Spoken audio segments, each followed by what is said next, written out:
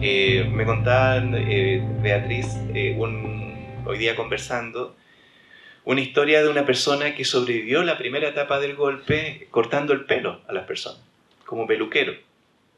Evidentemente, desde el marco de donde están mirando los golpistas, que venían a rescatar la cultura cristiana occidental, a poner orden, en fin, todo quien tuviera el pelo largo era visto como subversivo.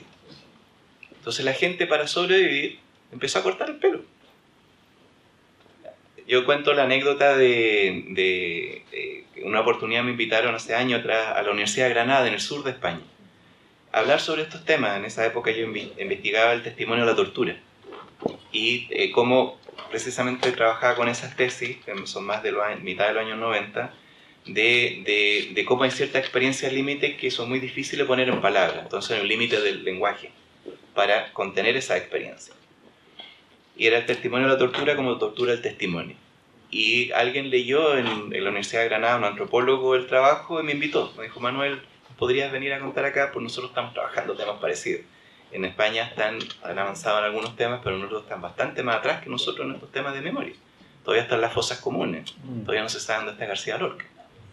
Entonces viajé, expuse ahí en una cátedra de historia. Y después de exponer, me dice: Manuel, no te puedes volver a Santiago si no conoces, estábamos en Granada, al sur de España, si no conoces Sevilla. Está cerquita, pero en el extremo sur de España, casi al frente de África.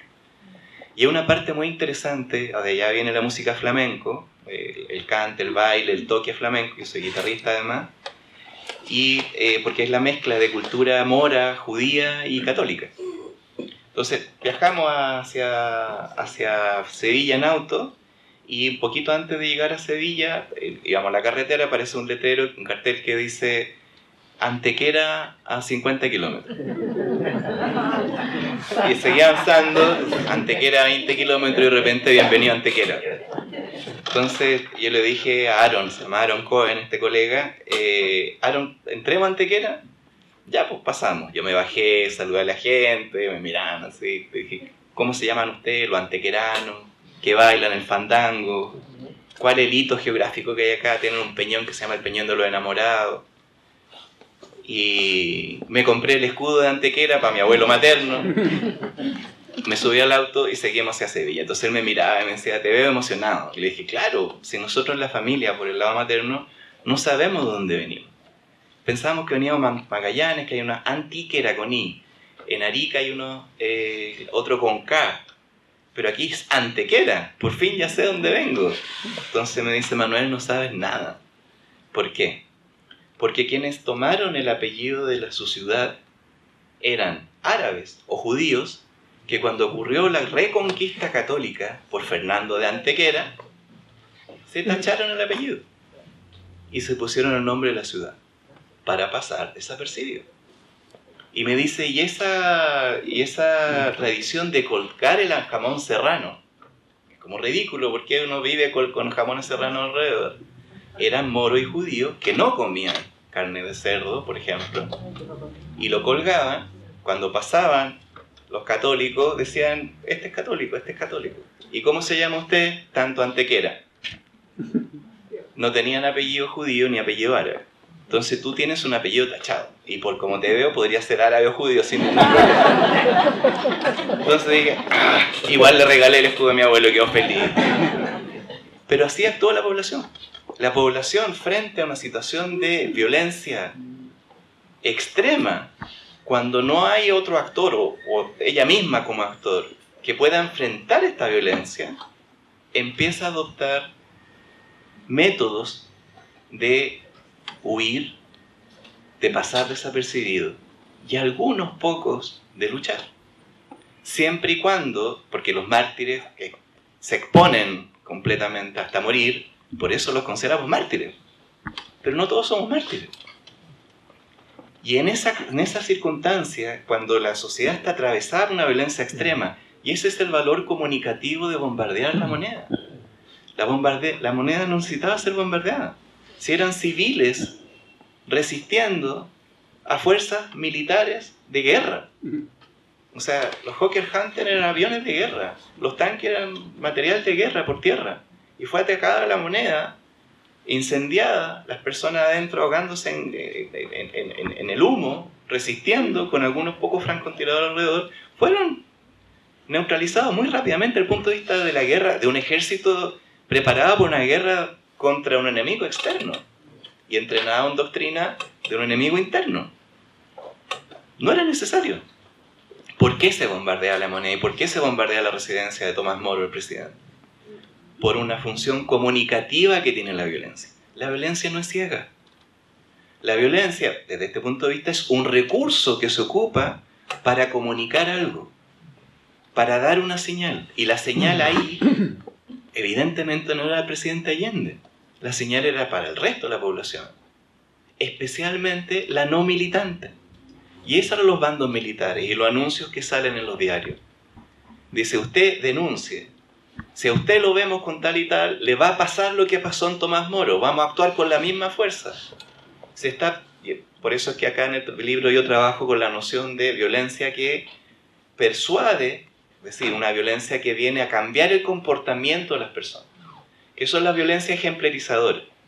Para que el otro lo vea como ejemplo y diga, no me junto con este, o no hago lo que hace este, o si no me va a pasar lo mismo. Ese es un uso de la violencia. Eso fue, desde el punto de vista del resto de la sociedad, no a quienes estaban dentro de la moneda, para ellos fue para eliminarlos, pero hacia afuera era comunicativo.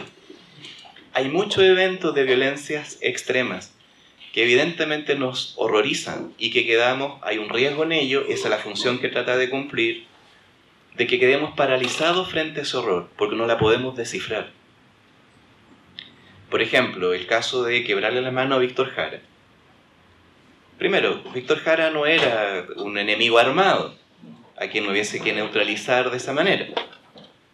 Ya estaba además detenido, estaba sometido, y sin embargo le quiebran las manos.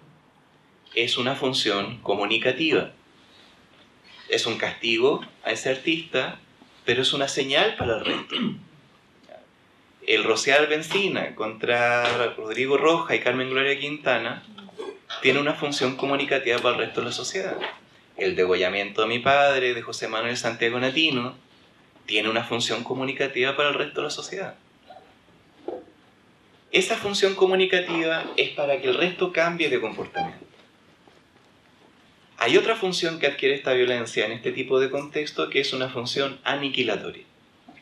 O sea, hay una violencia que viene a disuadir, a persuadir, a cambiar de comportamiento, y hay una violencia que viene a exterminar, a aniquilar. Y ahí sirve el ejemplo, suelo dar, porque forma parte como nuestra cultura también, común a propósito de este tipo de horrores y terrores que algunos llaman catástrofe social, que es el diario de Ana Frank. Cuando Ana Frank cuenta que ella va a clase en Ámsterdam, tenía como 13 años, y era muy buena estudiante, muy buena lectora.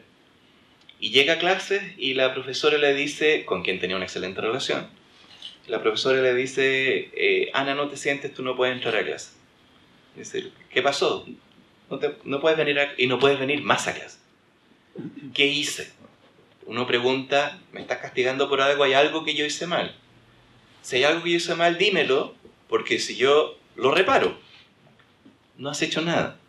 No puedes venir a la clase. ¿Hay algo que no hice? No hay nada que puedas hacer. No puedes venir a clase. Esa violencia ya no busca cambiar el comportamiento. No se le da posibilidad que cambie el comportamiento. Se ejerce una violencia que luego termina con la vida de ella y toda su familia, que es para aniquilar. Ahí ya hay una decisión tomada que respecto de ciertos grupos, la violencia no es para que cambien de comportamiento, no es para disuadirla, sino es para eliminarlos. Y eso tiene una serie de mecanismos de deshumanización, donde entran estas metáforas especistas, tratarlos como animales, como ratones, exterminados como ratas, o como números, quitarles su identidad, y de esa manera quien ejerce la violencia no siente una relación de responsabilidad hacia el otro. No es un humano, es un subhumano, es un humanoide. Tenemos estos dos polos de la violencia. Una violencia que viene a disuadir, a cambiar el comportamiento para controlar a la población. Y hay una violencia que viene a aniquilar. No busca controlar. No hay nada que controlar si mato a alguien. ¿Cuál fue la violencia que se ejerció en Chile en los 17 años de dictadura? Fue una violencia combinada. Le hemos llamado terrorismo de Estado. Y está bien. Porque es una violencia unilateral. Tiene una fuente. No tiene dos fuentes como en una guerra civil. Hay una violencia al menos bilateral. O multilateral como en Siria o en Colombia, que son varias fuentes. Acá es una fuente de violencia unilateral que se ejerce contra toda la población que no tiene posibilidad de defenderse. Por eso es que le llamo masacre. Hubo terrorismo de Estado. Se buscaba controlar a la población para que cambiara su comportamiento, con mucho éxito durante bastante tiempo. Respecto de otros grupos, esa es la mayoría de la población. Respecto de otros grupos muy específicos, hubo una violencia genocida. La violencia genocida es la que viene a aniquilar, a exterminar. Y ese fue el papel de Contreras y la DINA. La DINA cumplió un doble rol. Una, entregarle este poder a Pinochet por sobre la otra rama de las Fuerzas Armadas. Crea una estructura que no existía en la estructura militar, autónoma. Contreras era teniente coronel, ni siquiera general, se salta toda la jerarquía. Le reporta a diario las mañanas a Pinochet. Y con eso, Contreras logra ordenar la represión, baja el número de muertos en Chile. El periodo de la DINA entre noviembre del 73 y más o menos octubre-noviembre del 77. En esos 3 años baja los números de muertos en Chile. O sea, los 3 primeros meses son muchos y después baja. Pero, y aquí esto es lo que suelen olvidar algunos, sube a más de 30.000 casos, según nuestro informe, de torturados. La violencia que caracteriza la dictadura es la tortura. 1.200 centros de tortura a lo largo de todo el país. Somos 345 comunes. Para tener 1.200 centros de tortura tienes que tener 3 o 4 centros de tortura por común. Y tienes que tener ese personal. No son 140, 150 personas cumpliendo condena en Punta Peuco. La DINA tuvo 10.000 funcionarios. Fue un aparato burocrático gigantesco. Y ahí ya tenemos otro momento en que la población civil participa de la violencia. Participan con funcionarios de la DINA, participan entregando información para la DINA. Y ahí tenemos esta experiencia que es lo que nos tiene dañado el tejido social, en que se empiezan a entregar a los vecinos, a los familiares, a los estudiantes, etc. Porque era la forma, en el nuevo contexto, de obtener un trabajo, un puesto de poder, dinero, etc. Incluso las agencias se peleaban a quienes perseguían entre ellos. O sea, una especie de anarquismo feudal. También ocurrió en el nazismo. Eso permitió que algunos se salvaran en algún momento porque se lo estaban peloteando, pero en otros casos era una cuestión cruenta. ¿Ya? Contreras viene a ordenar eso, centraliza toda la represión, que es lo que no pasó los 3 primeros meses y medio, y por eso hubo esa cantidad de muertos, entre otras cosas, otros motivos también. La centraliza completamente, toda la represión pasa por él. Hay algunos organismos que siguen actuando un poco autónomamente, como el Comando Conjunto, entre otros, y concentra la violencia 74 contra el MIR, 75 Partido Socialista, 76 Partido Comunista y Juventud Comunista. Respecto de estos grupos, esa violencia fue genocida. Se les quiso exterminar. No había nada que ellos pudieran hacer para ser considerados. ¿Sí? Contreras concentra tal grado de poder y resulta tan relevante para el poder personal, unipersonal de Pinochet, que empieza a tener críticas en la propia junta militar. Lee se sentía muy incómodo con esta persona, y también del propio Jaime Guzmán, que se daba cuenta que estaba dañando la imagen. Y Contreras empieza a aumentar su poder y empieza a hacer atentados fuera del país. O sea, no le bastó armar una burocracia a nivel nacional, una Gestapo prácticamente, sino que hace el atentado en Argentina contra Carlos Prats y su señora, en Roma contra Bernardo Leighton y su señora, y en Washington contra Orlando Letelier y su secretaria, ciudadana norteamericana. Y ahí ya la CIA dice, está bien, somos todos anticomunistas, le apoyamos en el golpe, pero ustedes están haciendo atentado en Washington sin avisarme, ¿qué es lo que pasa? Pinochet tiene que disolver la DINA, pero asciende a general a Contreras. O sea, esa es la señal que sigue dando al interior de las Fuerzas Armadas. Esto es lo que se hace. Sigan este ejemplo. Y viene ya el periodo de la CENI. y ahí cambia la violencia. Entonces, con esto, y termino en esto como última reflexión que quería agregar, como por dónde se puede entrar a este análisis de la violencia y cómo nombrarla. Y es que he tratado de mostrar de que la población se hace parte de la violencia en distintos contextos por distintas razones. Algunos por convicciones político-ideológicas, y adhieren, patria, libertad, etc. Pero otra gran parte de la población que adhiere a la violencia por cuestiones muy banales. O sea, hay mucha gente que fue entregada sin ser militante de la Unidad Popular, pero se decía, este es, por cuestiones que habían pasado antes en la sociedad. Cuestiones incluso absurdas, o sea, haber perdido un partido de fútbol, o sea, ahí donde hablamos de violencias íntimas. Hubo bastante de eso, especialmente en regiones y en los lugares rurales. Ya, en Paine, por ejemplo, donde están los mártires de Lonquén, estamos hablando de familias que siguen conviviendo en el mismo lugar. El contexto de violencia hace que vayan cambiando las posiciones de las personas, ¿ya? Porque no hay otro actor en ese momento. Las Fuerzas Armadas también se están dando señales. Hubo al interior de la Fuerza Armada muchos que dijeron no al golpe. Y esa es otra memoria que no se ha comunicado a las nuevas generaciones. Están los marinos constitucionalistas. Entonces me cuento en el libro que un pasaje como biográfico trata de iluminar alguna escena. Una detención que tuvimos cuando encontramos a mi papá después de 3 meses y medio, el año 76, estuvo detenido no hallado, potencialmente detenido desaparecido. Lo encontramos en el campo prisionero de Piuchuncaví, en Melinca, y nos llevaron a todos detenidos al fuerte Silva Palma, en Valparaíso, que lo controlaba el Servicio de Inteligencia Naval. Y ahí estuvimos en un calabozo, mi mamá de 24 años, mi hermanita América tenía recién 1 mes, mi abuela y yo de 6 años. Y me cuento que yo miraba a través de los barrotes del calabozo en el fuerte Silva Palma, y lo que yo recuerdo es que estábamos como en un subterráneo. Mi mamá cuando lo leyó dijo, no, era ahí muy chico, entonces por eso miraba ahí para arriba, estábamos a ras de piso. Miraba para afuera y había marinos jóvenes jugando básquetbol. Miraba cómo jugaban básquetbol y de lado me tocan el hombro y eran marinos que estaban presos, igual que los jóvenes de afuera. Eran marinos que habían dicho no al golpe. Empezaron a jugar conmigo y me acompañaron bastante. Entonces cuando se habla de los perpetradores como toda la Fuerza Armada, se olvida que de Bachelet, que estuvo en contra de la doctrina Schneider, de estos marinos constitucionalistas, y en todas partes hubo. No tuvieron la fuerza para resistir. Pero habría que alumbrar esas memorias también, para que las nuevas generaciones de marinos, soldados, aviadores que vamos a seguir teniendo, puedan inspirarse también en esos ejemplos. O sea, ¿cómo será de fuerte resistir a la propia estructura militar? Es decir, yo no salgo a reprimir. ¿Sí? Se puede. Es difícil.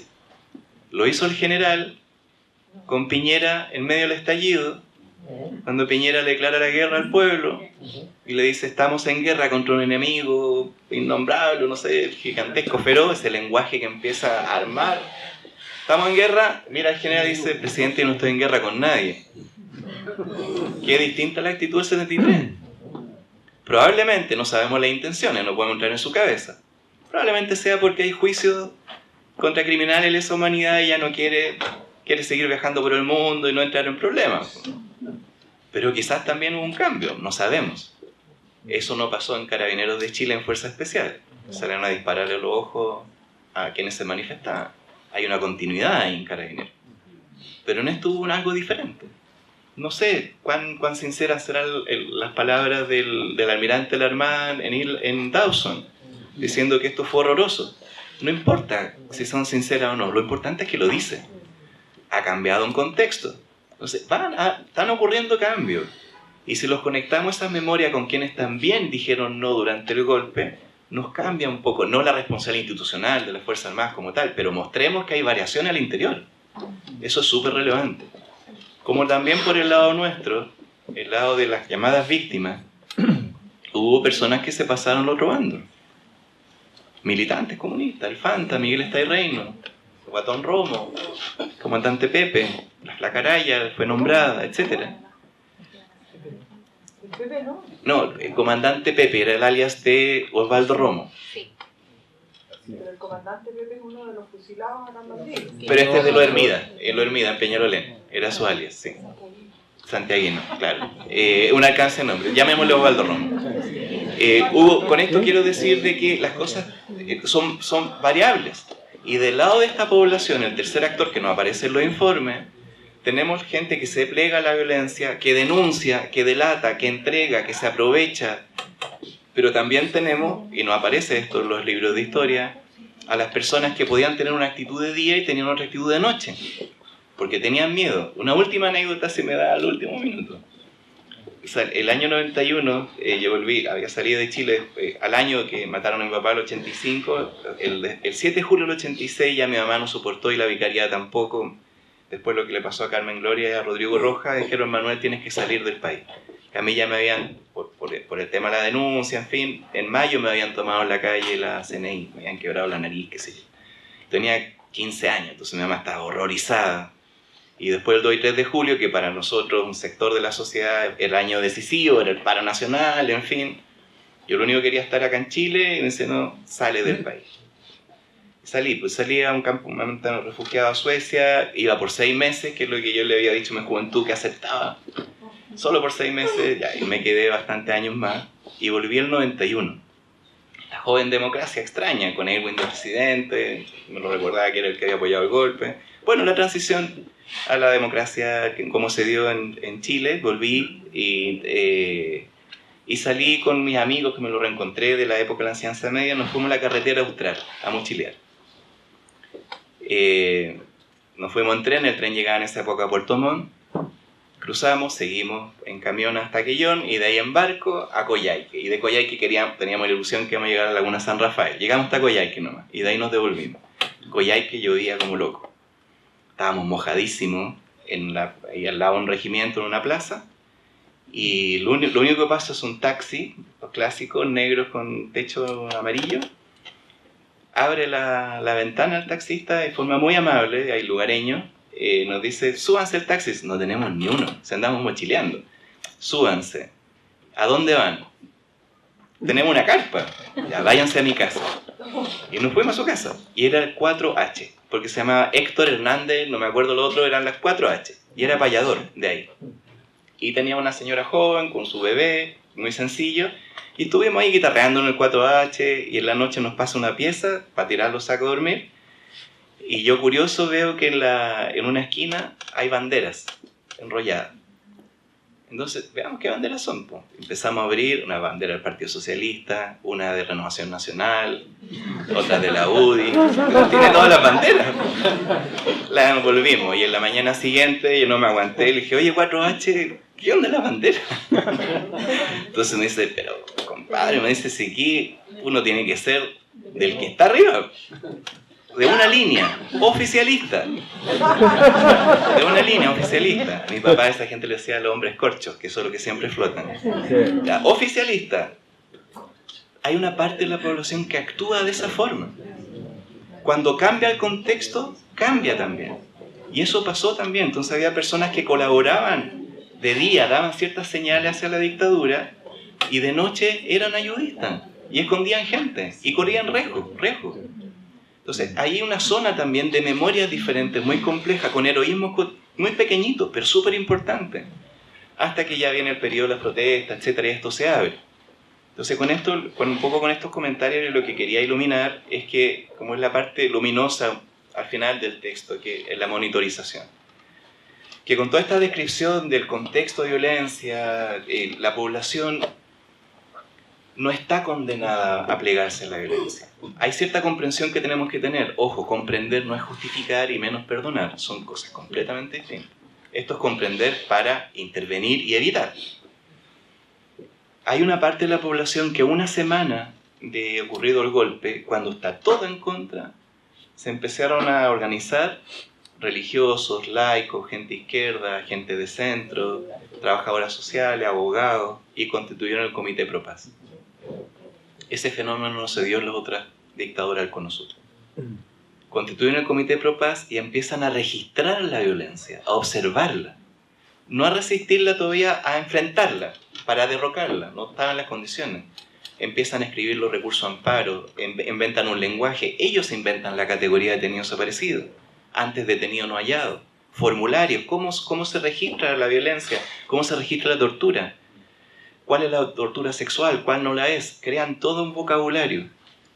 Y esto genera en Chile, esa es la tesis que un poco trabajo ahí, un actor distinto cuando ya otro estaba siendo masacrado. Y esto permite ser un lugar al inicio de refugio de observación. Moviliza cadenas internacionales de solidaridad. La Federación Internacional de Iglesias Cristianas, otras, el ACNUR, etcétera, etcétera.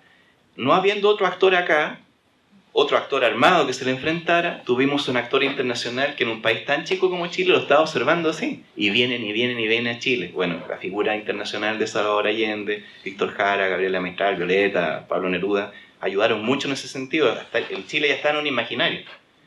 Y esto, en mi opinión, logró que en Chile se mantuvieran las cifras bajas, brutales todas, pero no tan altas como en otros procesos. Porque la dictadura tuvo que modular la violencia, tuvo que reducirla y la privatizó, la llevó hacia el lugar secreto. Tuvo que bajar el gatillo fácil en las calles, tuvo que poner orden porque había otro actor monitoreándolo. Esos también son héroes de la democracia, y en este caso son héroes desarmados y que no tienen suficiente lugar también. Entonces la población civil no combatiente tiene un referente hacia el cual acudir y que permite modular la violencia, permite contenerla. El Comité Pro Paz se convierte en la Vicaría de la Solidaridad, surgen las agrupaciones de familiares de ejecutados políticos, detenidos desaparecidos, surge el Centro de Salud, el ILAS, el Sintras, la agrupación de fotógrafos independientes, la agrupación de cultural universitaria, la ACU, y empieza acá, del lado de la sociedad civil, con los partidos proscritos, a surgir otro actor. Y esto ya revienta con la protesta nacional 82. Pero eso fue fundamental. Eso no pasó en los otros procesos. Y por eso las cifras están altas también. Acá no es que ya había una dicta blanda, sino que estuvo este otro actor también registrando y movilizando solidaridad internacional. ¿Por qué es relevante esta última parte? Porque, como dijo una amiga en una presentación, la pregunta actual, a 50 años del golpe, no es solamente dónde están, que hay que seguir formulándola, sino también dónde estamos, nosotros, la sociedad civil, nuestras organizaciones, dónde estamos hoy. Porque cuando se retira un actor, hay otro que se hace presente. Si se retiran las iglesias populares, los sindicatos, las federaciones, los partidos de los territorios, de las poblaciones, en ese vacío aparece otro actor. Y ese otro actor es el narco, el republicano, el populismo. Va a aparecer otro actor que va a ocupar ese lugar. ¿Y la población qué va a hacer? Va a tratar de pasar desapercibida. Si no puede, va a suspender las clases y va a ir al funeral narco, porque tiene que mostrarse. Va a borrar su apellido y va a colgar el jamón. En cambio, si hay otro actor que aparece, la población tiene más posibilidades desde donde empezar a articularse. No solo dónde están, sino también dónde están. Muchas gracias.